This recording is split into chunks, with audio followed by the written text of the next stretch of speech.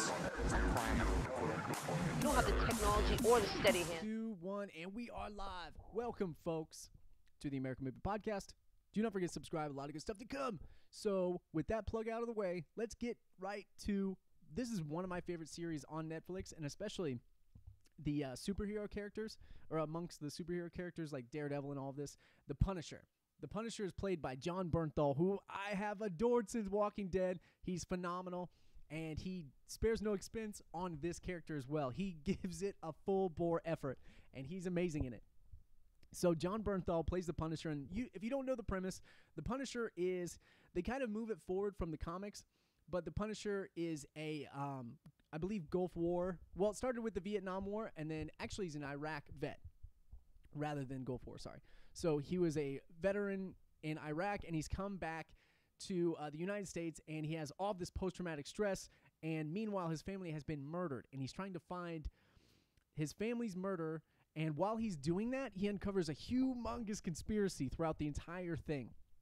So there's this humongous tension between pretty much his comrades that have came back and survived the war as well. So they come back, and there's some inner connection between those comrades and him.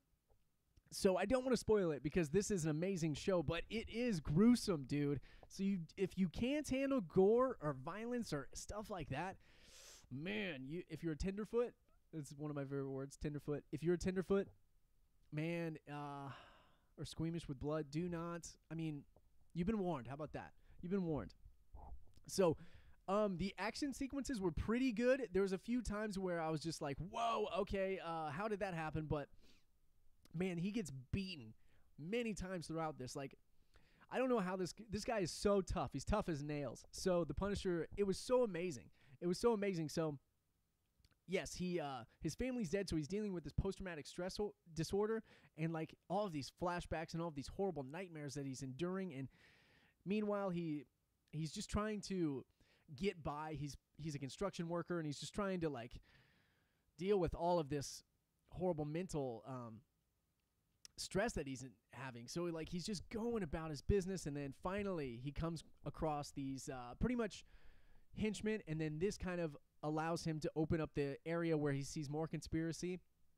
And what's actually very cracking in this and very tasty in my opinion of it is that his pretty much his leader, who sits behind the curtain and sends all of these young men to war, and they end up dying and all that stuff, and all that blood's on his hands, and he just sits in the background and kind of behind the curtain, is also connected inside of this huge conspiracy that he comes about with Rollins. And you already knew that because it's in the trailer and everything. So like, but that's as much as I want to like go about it, just because it is excellent.